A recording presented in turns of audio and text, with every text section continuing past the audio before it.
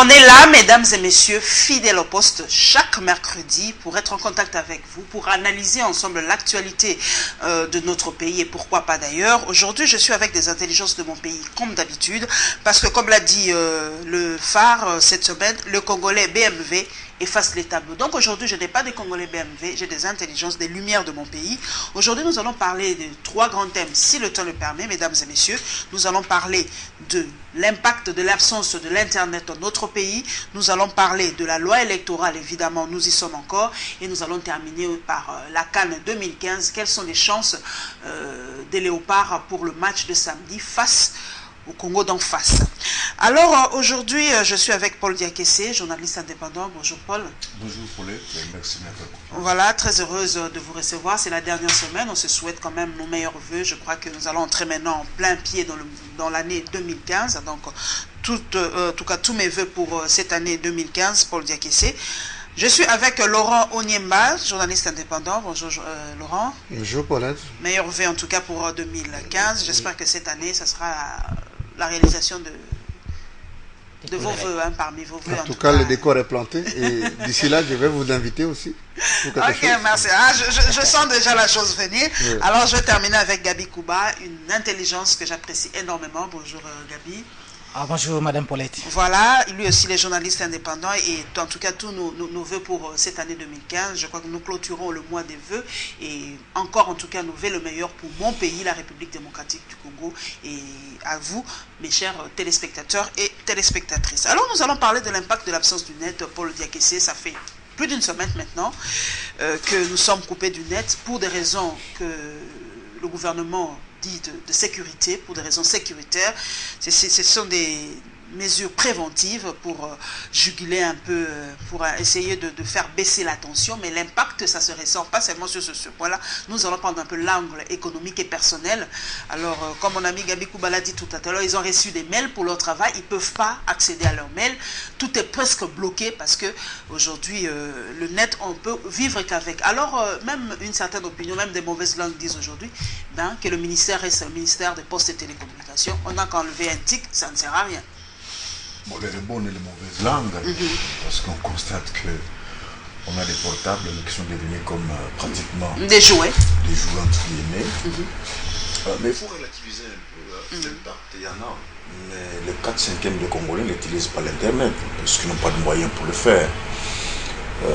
Alors pour ceux qui utilisent internet, comme moi et vous, comme les banques, les entreprises, c'est une faillite, même si on a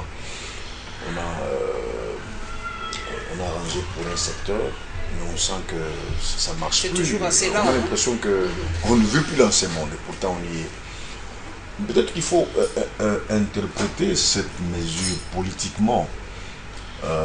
Ce qui est étonnant, c'est que... Ont-ils raison politiquement de couper le net? Oui, politiquement. En violation de la liberté de chaque Congolais de s'exprimer.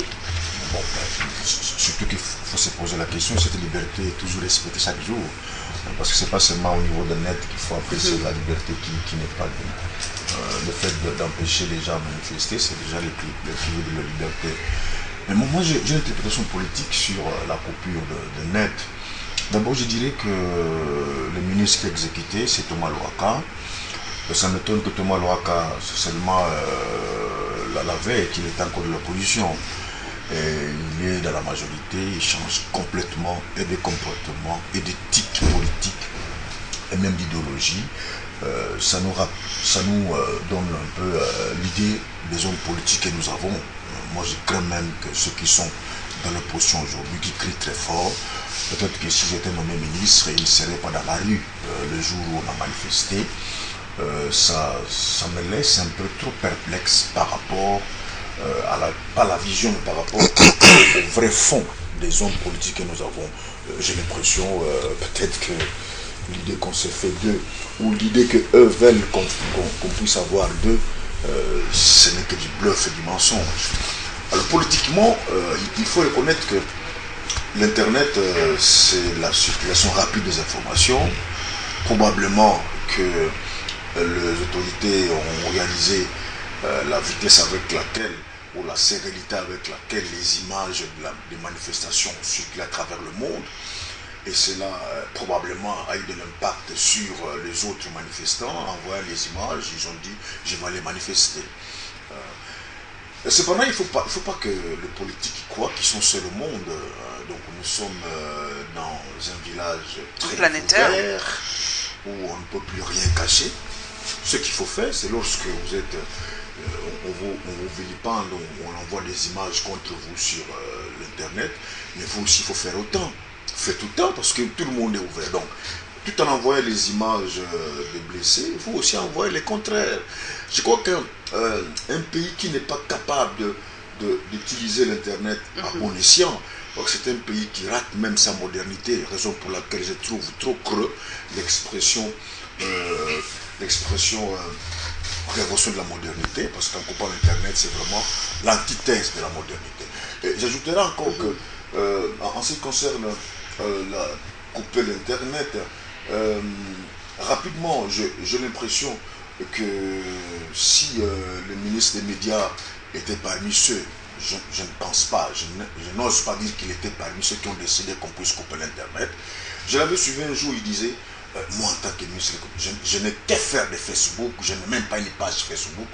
Alors ça m'a étonné qu'un ministre de communication, un ministre de médias, censé gérer même le message sur internet, dise devant tout le monde que non, moi le Facebook ça ne m'importe plus, je ne suis pas, je ne regarde pas. Et je crois qu'avec ces manifestations... On a compris aujourd'hui l'impact qu'ont ces réseaux sociaux. Ils ont compris qu'on ne peut plus vivre aujourd'hui sans internet. Pas seulement politiquement, mais aussi économiquement. Aujourd'hui, on fait des transactions à travers le monde par l'internet. Alors le fait de couper l'internet, je vais citer par là, c'est de dénier à la population le droit à la culture, le droit à l'information. Parce qu'au moment où plusieurs pays se battent pour que même le village le plus reculé soit connecté sur internet, nous on est étonnés, en pleine capitale, on coupe l'internet. Comme j'ai dit, c'est vraiment le jour et la nuit. Ça nous donne l'idée de la nature des hommes qui nous gouvernent. Laurent Onyemba, je vais relever un point qu'a dit Paul Diakessé, c'est la riposte de notre gouvernement. C'est vrai que j'ai toujours posé cette question, pourquoi on n'a pas de site gouvernemental, pourquoi nos autorités ne tweetent jamais. Je prends le cas personnellement du Rwanda, je suis beaucoup les hommes politiques du Rwanda sur Twitter. Quand il y a un problème, ils tweetent et les Rwandais qui sont à travers le monde ont cette information et répondent carrément. Mais nos hommes politiques à nous, ils ont l'impression que les réseaux sociaux n'ont aucune importance. Et aujourd'hui, ils ont compris que nous, qu'on le veuille ou pas, le NTIC existe. Ils ont même créé un ministère PT-NTIC. Donc ils savent l'importance des NTIC aujourd'hui. Mais, Laurent Onyemba, pourquoi notre gouvernement à nous n'a pas riposté? Je réponds à votre question. D'abord, je vous remercie pour l'invitation. Mais je voulais rappeler un principe avant qu'on arrive justement à décortiquer la problématique comme telle. Nous sommes dans un pays, je l'ai toujours rappelé, les gens adhèrent à des philosophies sans en comprendre les méandres. Nous sommes en Afrique et comme Africains, nous avons notre façon de résoudre nos problèmes. Vous rappelez que les élections de 2006 ont été controversées. Vous rappelez que les élections de 2011 ont été controversées. Vous rappelez que le chef de l'État a compris la voix du peuple en disant il y a cassure sociale. Et il a carrément organisé la concertation nationale. Et aux concertations nationales, au-delà, n'est-ce pas, des velléités qui pouvaient intéresser tel qui voulait devenir ministre, tel qui voulait devenir ADG, il y a un principe cardinal, les consensus. Ça, c'est en fait l'élément le plus important que j'ai pu, moi, comme intellectuel, tirer, n'est-ce pas, de notre concertation nationale. Mais aujourd'hui, dans la gestion de l'État, on ne se rend pas compte que nous avons un principe qui puisse en fait orienter et encadrer notre action comme politique, notre action comme responsable de l'État. Et ça c'est très très très grave parce que vous voyez, toutes les décisions qui sont prises ne sont pas prises en fait dans le consensus. Et c'est ce qui a envoyé les gens dans la rue. Parce qu'il y a, non pas, les passages en force, où les responsables politiques disent devant les médias que même si le Sénat fait ceci, nous allons passer en force. Ça, c'est en fait notre faute. Et la faute de notre État. Vous posez la question, non pas, de la communication. Je donne la réponse à mon ami Diakessé, qui dit le gouvernement ne communique pas. Mais c'est ça notre problème, Paul. Si nous sommes où nous sommes aujourd'hui, c'est parce qu'il y a en fait les ondits qui sont très alimentés. Il y a la fausse information qui circule parce qu'il n'y a pas la bonne information officielle. Et donc la fausse information prend la place de la bonne information et ça part comme ça, comme sur de roulettes. Et vous savez que le taux d'intellectualisme de notre société est aujourd'hui de 27%. Et donc, le commun des mortels, je voulais vous énumérer par un exemple, le commun des mortels n'adhère justement qu'à ces médiocrités-là. Vous, une intelligence aussi grise, si vous déposez votre candidature comme député, on ne va pas vous voter. Mais qu'est-ce qu'on vote à Kinshasa? C'est des gens qui disent non, Naïna Fimbu. C'est des gens qui disent que JB a chanté. On a vu les banderoles à Kinshasa, c'est des gens que JB et Weranson ont chanté énormément. Et les peuples de Yolo, les peuples de Ngaba, tous ces gens-là adhèrent au message. Ils croient que, comme on a dit peu d'Aké, c'est la taille olympique. Même si tu es l'homme le plus court, alors on croit que tu es vraiment de la taille olympique. À la fin, il y a un problème d'identité. Tu as parlé du problème de l'opposition de Thomas Louaka. C'est pour vous dire que nous faisons une opposition des ventres dans notre pays. On ne fait pas une opposition de conviction.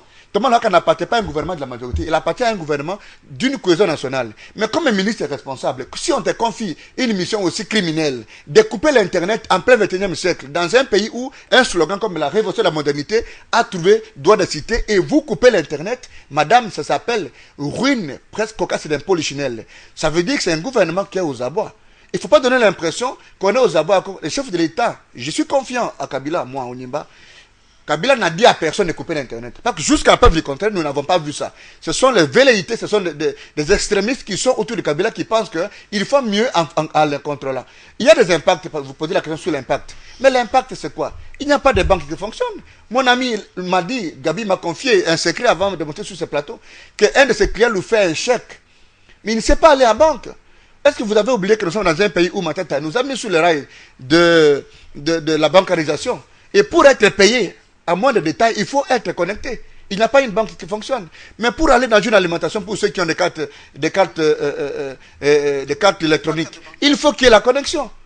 Alors, rentrons au débat sur Facebook, je ne sais pas moi, Twitter ou autre chose. Mais ailleurs, Obama, quand il a été élu, il a tweeté. Obama a dit yes. Et tous les Américains ont compris qu'il était élu. Mais les Mushikiwabo et tous les autres qui sont au Rwanda, quand il y a un problème, si vous attaquez Paul Kagame à 10h, à 10h03, Mushikiwabo a répondu. Je pense qu'il est temps pour les autorités de comprendre que nous avons des slogans qui répondent carrément à l'identité du monde aujourd'hui. Nous sommes dans un monde globalisant.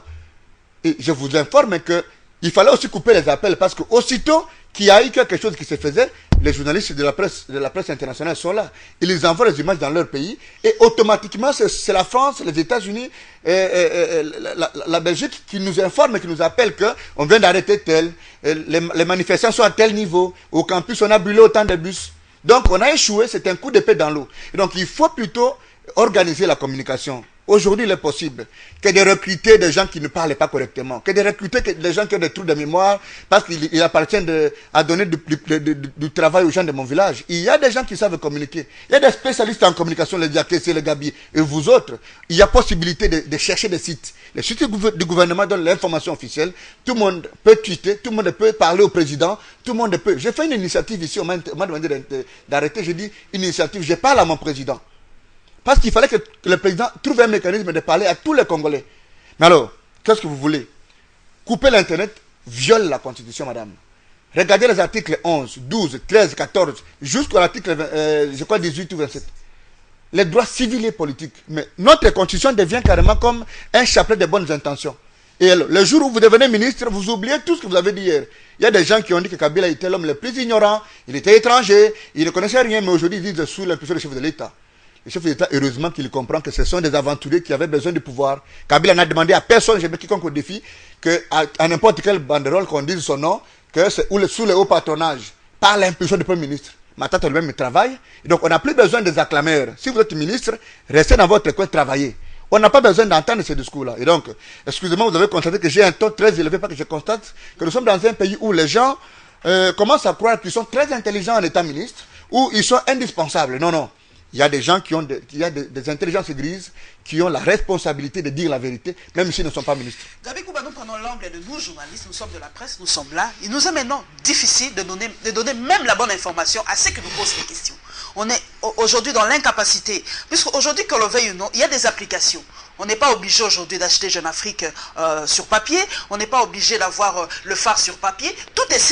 On avait tout ça entre nos mains. Et on pouvait répondre à ceux qui sont à l'extérieur, dialoguer calmement et leur donner la vraie information parce que nous sommes formés pour ça. Et aujourd'hui, nous sommes dans l'impossibilité. Ce sont des communicateurs, entre guillemets, qui sont en train de balancer n'importe quoi. Et c'est l'image de mon pays qui est aujourd'hui, on suit France 24, on suit TV5. Et ben, qu'est-ce que nous, les journalistes de la RDC, pouvons nous faire aujourd'hui face à cette avalanche des médias internationaux? On s'est trompé de cible. Je crois que le gouvernement s'est trompé en coupant l'Internet, croyant que le problème a été résolu parce qu'il y avait des rumeurs, parce qu'il y avait des informations qui circulaient contre les gouvernements à propos des manifestations de Kinshasa. Mais on s'est trompé. Ce n'est pas là le problème. Ce n'est pas là le problème. Rappelez-vous, à l'époque où on organisait les marches ici, en 90, 92, il n'y avait que l'Internet. Mais chaque fois que l'opposition, les Olengakoy, les Tshisekedi décrétaient une journée ville morte ou bien une marche, c'était suivi sur l'ensemble de la République du Zaïre à l'époque. Il n'y avait pas d'Internet. Et aujourd'hui, il n'y a pas seulement que les opposants qui ont été punis. Tout le monde est puni. Vous avez suivi même la position du patronat congolais. Or, vous mettez plus... Ah oui, la FEC dit, nous demandons le rétablissement immédiat de la connexion Internet. Et on l'a repris. Ils sont allés même le reprendre lors des échanges de vœux. Et le président de la FEC, Albert Youma, l'a dit. Et lorsqu'ils sont allés voir le Premier ministre avant-hier, Youma l'a aussi dit. Et même lorsqu'ils ont fait les points par rapport aux événements, par rapport aux manifestations de la semaine passée à Kinshasa, ils ont repris le même discours. Et quand vous regardez les entreprises, il y a des entreprises qui ne travaillent que dans ces secteurs-là. Dans ces secteurs, les providers par exemple. Aujourd'hui, l'État vous irait à la fin du mois pour collecter les impôts et taxes. Mais les gens n'ont pas travaillé pendant 2 semaines. Ça, c'est un manque à gagner. Et pour l'entreprise, et pour les entreprises, et pour l'État. Même les entreprises... Est-ce qu'ils vont dédommager les consommateurs qui sont... Est-ce qu'on va dédommager? Il y a l'entreprise SMS Pro qui est uniquement le domaine des SMS. Vous, avant de commencer cette émission, vous m'avez vu ici en train de causer au téléphone. Quelqu'un qui me dit, je vous ai envoyé les documents, je vous ai envoyé tous les éléments par votre adresse électronique. Mais comment je vais récupérer ces éléments-là? Or, nous avons des comptes à rendre au service du fisc à la fin du mois. On paie des impôts, on paie des taxes. Mais maintenant qu'on ne sait pas faire notre travail, mais même les journaux, les médias dont vous parlez, il y a des journaux, Congo Times par exemple, 7 sur 7, tant d'autres, Radio Miki, Congo Mikili, ainsi de suite. Ce sont des médias qui sont en ligne. Dans d'autres, vous parlez de la révolution de la modernité, mais on voit dans d'autres pays, il existe même un ministère de l'économie numérique. Mais quand vous êtes contre l'économie numérique, comment pouvez-vous prétendre à une quelconque émergence à l'horizon 2030 pendant que ça ne marche pas? Tous les chiffres sont au rouge. Le rapport de la Fédération des entreprises du Congo est clair. La fameuse croissance, 8, autant de pourcents. Mais You m'a dit, il faut payer la dette intérieure. Si vous aviez payé, stabilité du cadre macroéconomique, les taux des exportations de ceci a augmenté, mais pas plus tard qu'hier soir, lors d'un débat à l'hôtel Memling, les opérateurs économiques ont pris position pour dire que ça ne va pas. Ça ne va pas. Et on croit que en coupant Internet, on résout un problème. Mais vous avez résolu quel problème? Vous n'avez pas résolu un problème. Le gouvernement lui-même se sert du net. Tous les services de l'État, les régies financières, la banque centrale. Mais tous ces services se servent de l'Internet. Même la plupart des officiers. Même les sites, par exemple, de la plupart des ministères. Mais ça ne fonctionne pas, quand bien même que même à l'époque où l'Internet était opérationnel, ça ne fonctionnait pas. On vous dit, pour telle information, cliquez sur les sites de tel ministère. Mais vous allez, pendant 2 ans, 3 ans, on vous dit, ce site est toujours en construction. Comment nous autres, des journaux, nous pouvons construire des sites Internet en 2 semaines, en 3 semaines, en 1 mois, et tout un ministère ne peut pas concevoir un site Internet. Ne peut pas concevoir un site Internet en 2 ans, en 3 ans, en 4 ans. On s'est trompé pratiquement des cibles. Le problème reste encore entier, il n'a pas été résolu en disant que c'est parce que les réseaux sociaux amplifiaient les manifestations. Phénomène. Mais si les réseaux sociaux ont amplifié les manifestations, par exemple, de Kinshasa, de Goma, ainsi de suite, aujourd'hui, avec la coupure de la connexion Internet, qui ignore ce qui s'est passé sur l'ensemble du pays? J'ai appris d'ailleurs par Paul Diakité tout le monde est au courant de ce qui s'est passé. J'ai appris que la majeure partie de la population de Goma, Bukavu, s'est connectée à MTN Goma. Voilà. Et aux opérateurs du Rwanda. Quel manque à gagner pour Vodacom RDC, voilà. Orange RDC et Tigo RDC? Peut-être que nous voyons seulement l'impact négatif au niveau des banques et autres. Les banques savent comment elles vont récupérer tout ce qu'elles ont perdu. Mais nous, les consommateurs. Parlons aux jeunes gens qui ne vivent que de cybercafés. Voilà. Parlons aux jeunes qui font l'Internet en mode prépayé. Ils ont perdu beaucoup d'argent. Tous les cybercafés ont fermé à Kinshasa. Ça ne fonctionne plus. On doit les rembourser. Or, vous comptez réduire les taux du chômage. Ça. Pendant que les gens qui ont investi dans ces domaines-là n'ont plus d'emploi aujourd'hui. Mais on a donné aussi l'impression que le gouvernement a privilégié beaucoup plus les Chinois qu'on a payés que les petits commerçants congolais qui se battent jour et nuit pour voilà survivre. comment on peut expliquer pourquoi seulement on a payé les Chinois. C'est ça aussi le ras-de-bol. C'est le message qu'on peut lire à travers le pillage que les Chinois ont subi. Nous ne sommes pas d'accord. Nous condamnons les pillages d'où qu'ils viennent. Et les actes de pillage ne peuvent pas être... encensés en tout cas. Tout à fait. Et en marge d'une manifestation politique. Mais quand vous dites ça, les populations savent que lui qui vend des arachides et des biscuits, il ne peut plus le faire parce que les Chinois le font. Alors il profite des manifestations pour casser et pour se venger. Il faut lire à travers le pillage. Maintenant, qui va payer le manque à gagner de ces jeunes gens qui ne vivent que de l'Internet, qui ont déjà payé des crédits, qui vont rembourser? Je ne pense pas que les sociétés qui gèrent l'Internet au Congo, qui ont des satellites, etc., seront capables de rembourser. C'est le gouvernement, mais quel gouvernement qui va rembourser? Alors ça peut être assimilé à un crime économique. S'il vous plaît, madame, même le problème des sécurités. La sécurité, je crois que ce n'est pas seulement l'affaire de l'armée, de la police, c'est l'affaire de tous citoyens. Et aujourd'hui, il y a des gens que vous ne pouvez contacter qu'à travers le net. Si vous avez une information, vous en tant que journaliste, et que vous voulez livrer cette information à une autorité, vous n'avez pas ses coordonnées, vous vous retrouvez par exemple à Goma, dans une frontière, à la frontière, à Walungu, ainsi de suite. Mais aujourd'hui, il n'y a plus de connexion. Je crois que même les services de sécurité qui peuvent échanger avec l'ensemble des citoyens sont privés des informations. Le problème a été amplifié par le gouvernement avec la coupure de l'Internet, mais il n'a pas été résolu. Sur le plan légal, Laurent Onima, qui est responsable de toutes ces pertes, comme vous me l'avez dit, qui va dédommager cette pauvre population? Mais c'est l'État. La responsabilité, madame, je l'ai toujours rappelé, parce que, en fait, dans la gestion, n'est-ce pas, de l'État, il y a une dialectique. Il y a une dialectique qui obéit, n'est-ce pas, à des principes directeurs. C'est la responsabilité de celui qui a le pouvoir de protéger, celui qui a le pouvoir d'encadrer. Tu sais, je rappelle un principe. À la marche, et l'opposition qui a incité les gens à descendre dans la rue n'a pas une part de responsabilité. Madame, dans tout ça. La marche est un droit constitutionnellement garanti. Et donc, appeler à une marche n'est pas un fait inconstitutionnel. Du point de vue de responsabilité, appeler à une marche n'appelle nullement une responsabilité. Même si vous n'avez pas l'aval de l'autorité. S'il vous plaît, madame. S'il vous plaît, on doit y aller mollo. L'aval de l'autorité. L'autorité doit vous donner le kit pour y voilà aller. ce que ça veut dire en droit. Nous sommes plus, n'est-ce pas, sous le régime de l'autorisation d'une marche. Nous sommes sous le régime de l'information d'une marche. Et dans l'interprétation du législateur, ça veut dire qu'on ne peut plus demander à monsieur le gouverneur l'autorisation de marcher. C'est un droit acquis. En ce moment-là, le gouverneur trouve des gens pour encadrer la marche. Mais à quel moment on peut engager la responsabilité de ceux qui organisent la marche? Si dans les consignes, dans les tracts, vous demandez par exemple qu'on détruise quelque chose, à ce moment-là, vous engagez votre responsabilité. Mais pour prouver cela, il faut une preuve. Le droit, madame, au-delà de tous les textes, le droit au-delà des humeurs, c'est la preuve. Ça, c'est le droit judiciaire. Il faut amener la preuve. Mais au niveau de l'administration de l'État, s'il y a des conséquences collatérales du fait, n'est-ce pas, de la non-encadrement de la marche et des conséquences collatérales, C'est de l'État qu'il s'agit ici en termes de responsables.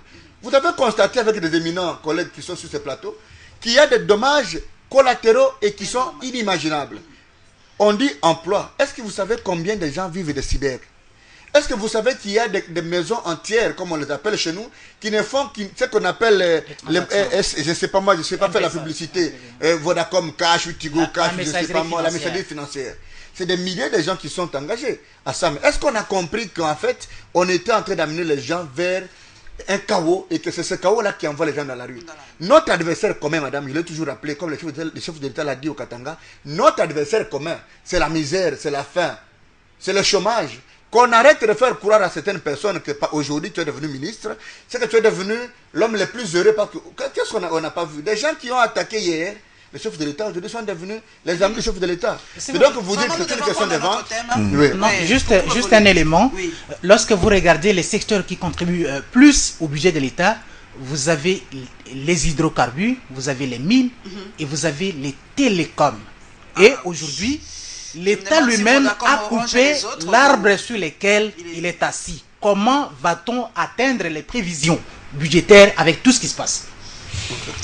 Voilà, j'espère qu'ils trouveront peut-être des compromis par rapport à ça, parce qu'on a vu tous ces opérateurs des télécommunications aller chez le ministre de PT. Parce que maintenant, il n'est que ministre de Poste et Télécommunications, parce que le NTIC, on ne le sent pas. Donc, ils sont allés chez le ministre de Poste et Télécommunications pour essayer de remettre le NTIC en marche pour que le pays puisse redécoller.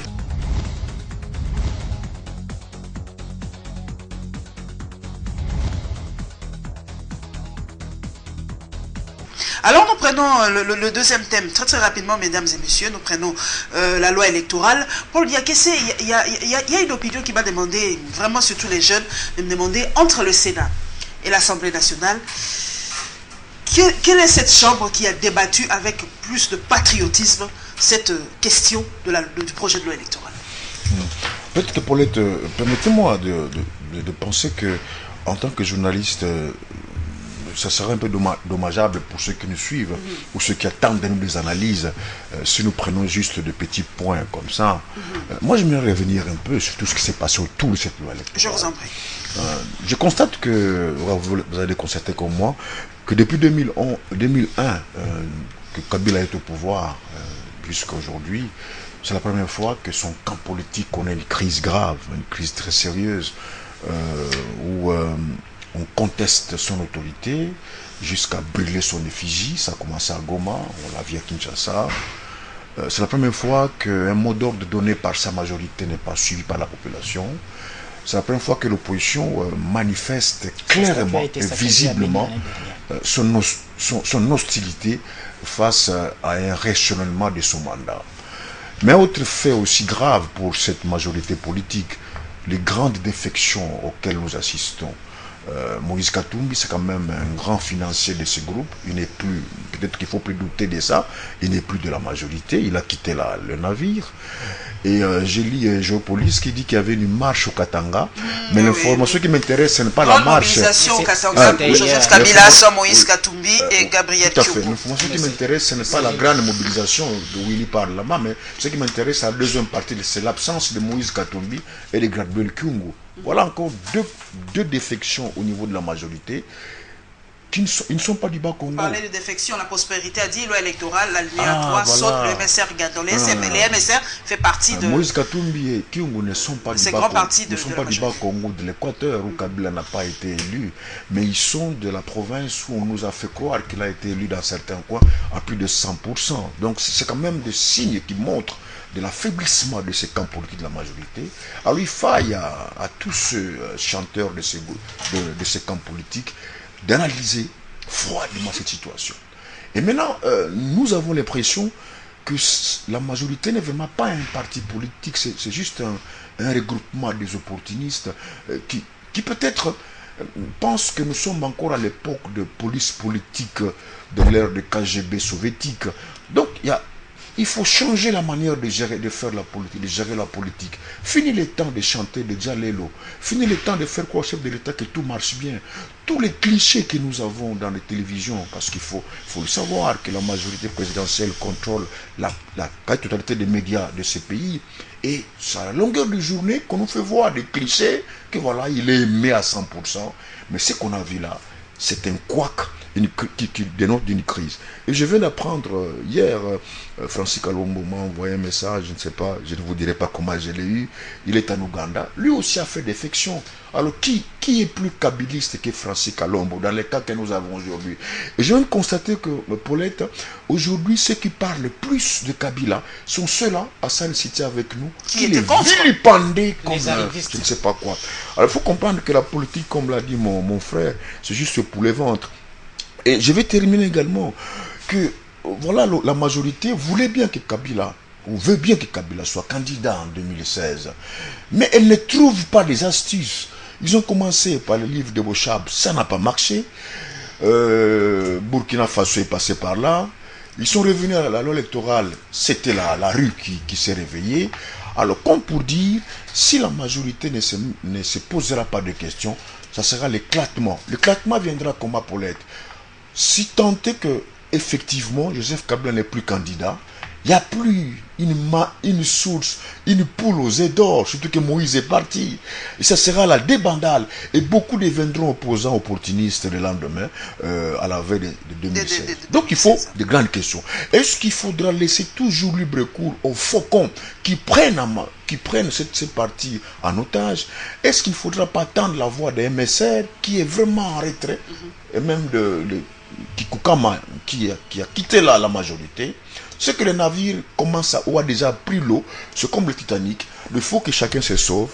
Au pire, se sauve. Mais peut-être qu'on peut souhaiter un certain recadrage plutôt de leur vision politique pour marcher de l'endemain. Ce qui reste à sauver. Toutefois, il ne faut pas penser que dans ce que nous avons connu comme crise, il n'y a que la majorité qui est en crise. Mais il faut signaler également que l'opposition ne l'a pas compris. Moi, personnellement, je n'ai pas compris la démarche de l'opposition. D'abord, Tshisekedi leur avait dit, n'allez pas au Parlement parce que vous serez minoritaire. Tout ce qu'on proposera là-bas, ça passera parce qu'ils ont la majorité. N'allez pas là-bas, faisons défection. Et si nous ne sommes pas au niveau de l'hémicycle, il sera difficile à la majorité de continuer seul à siéger. Ils sont partis en disant que non, nous allons tout faire pour contrebalancer les choses. Alors si vous êtes démocrate et que vous êtes dans un parlement avec une majorité, mais acceptez la majorité. Attendez quand vous serez au pouvoir, vous gagnez les élections, vous allez faire, et je vais finir en disant, pour le dire, c'est que et ces glissements, vous avez manifesté, vous êtes contre la loi électorale. D'où est venue la tentation de dire Kabila dégage? Parce qu'il faut attendre la fin de 2016. Donc, ce glissement, la loi vers Kabila dégage, c'est vraiment antidémocratique. Laurent Onyemba, maintenant, le message qu'on doit véhiculer, c'est la paix. La loi électorale, ce qui fâché, a été extirpé de ce projet de loi. Alors, pour vous, la crise est passée. La vie peut continuer aujourd'hui. Madame, la crise est passée. Je dois revenir un peu sur la loi électorale, parce que je suis de ceux qui ont rappelé, j'étais dans certaines télévisions, j'étais avec des amis, Diane Gikouba et les autres, je leur disais toujours que l'analyse de la loi électorale, telle que je l'ai lue, parce qu'il y en a, nous sommes dans le seul pays au monde où même les maçons, même les menuisiers commencent à interpréter la loi.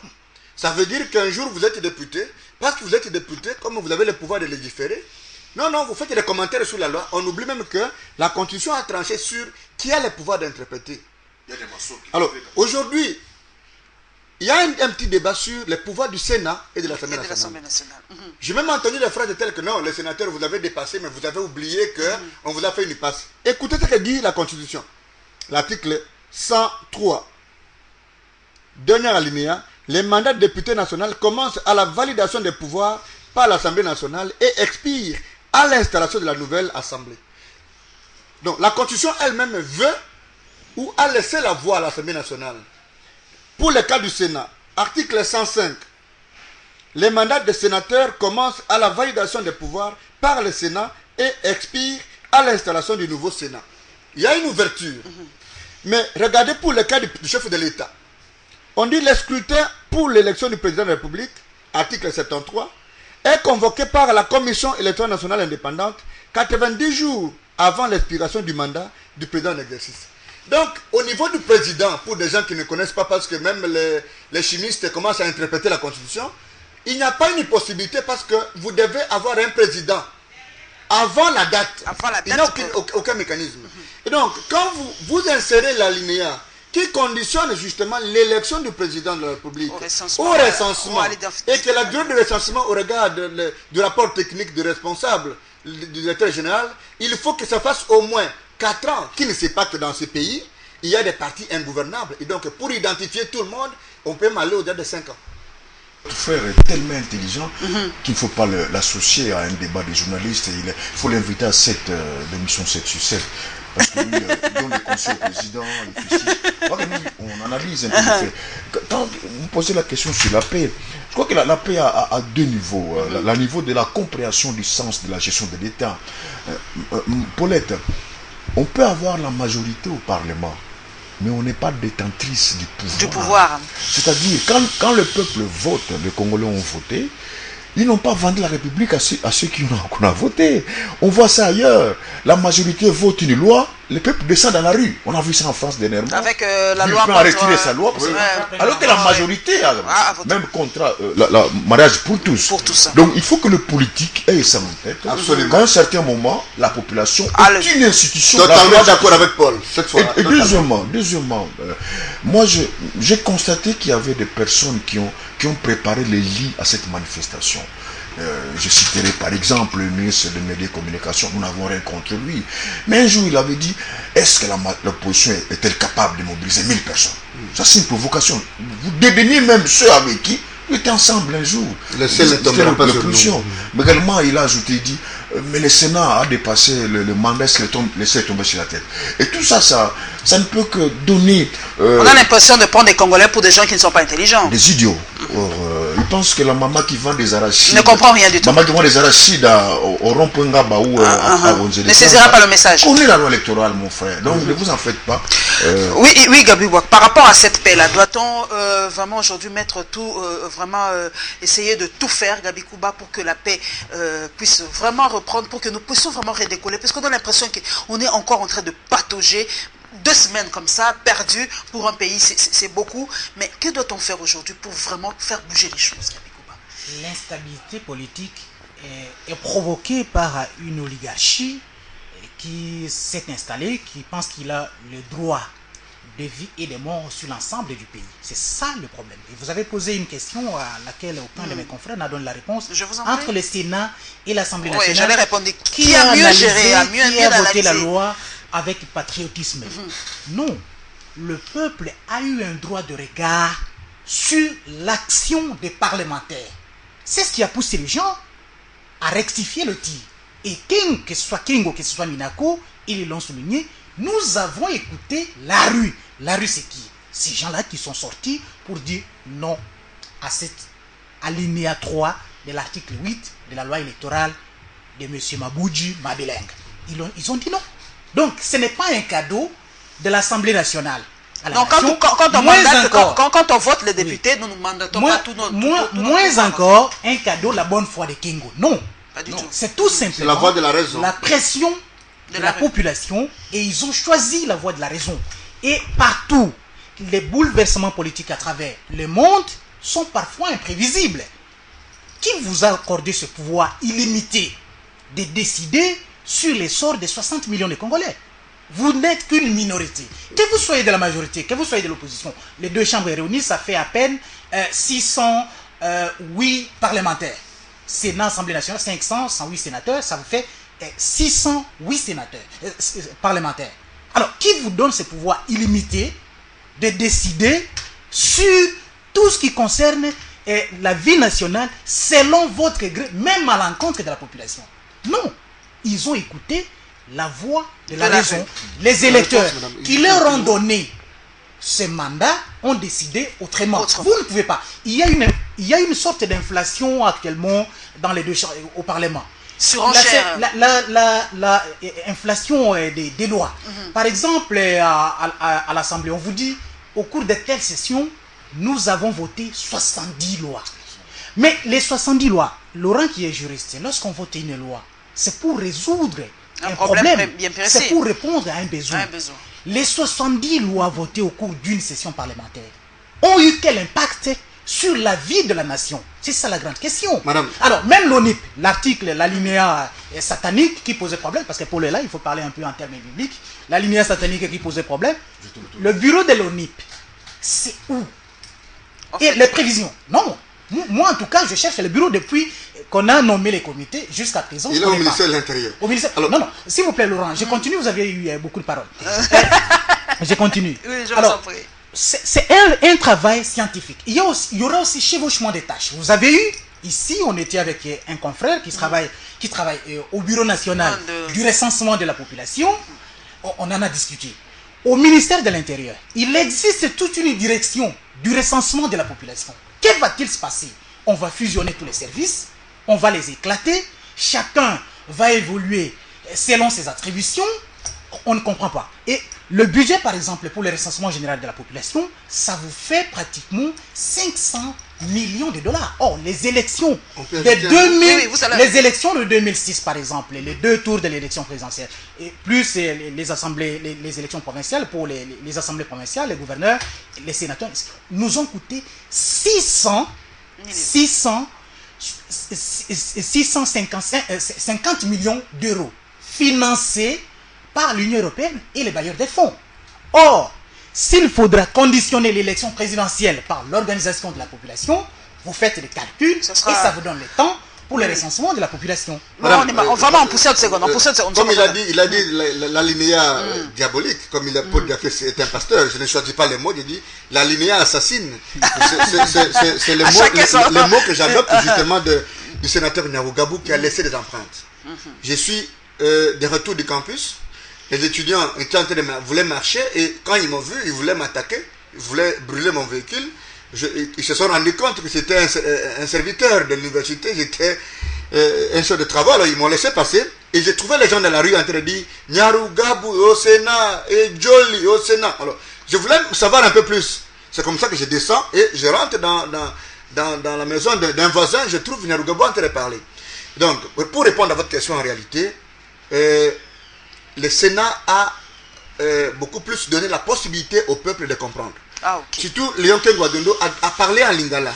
On l'a fait en 4 langues. Il a parlé en 4 langues. Mais le problème, c'est que le débat au niveau de l'Assemblée nationale, avec la sortie des opposants, et surtout la manière dont les débats se déroulent, hein, on n'a pas nécessairement la possibilité de dire les choses comme on l'a dit. Parce que vous avez vu, j'apprécie aussi la sportivité que j'ai vue chez Léon Kengwadondo, qui laisse les sénateurs parler tout ce qu'ils pouvaient dire.